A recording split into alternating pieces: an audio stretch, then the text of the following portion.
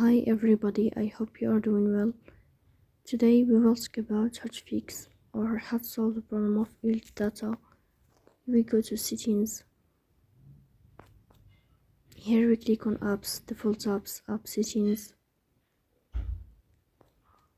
In this list you will search about the application of UltData and you will click. In this page of app info you will click on first stop and you will click OK. Here you will go to storage. Then we click on clear cache. Here we'll turn on your airplane mode and you will turn off your airplane mode again to fix that problem.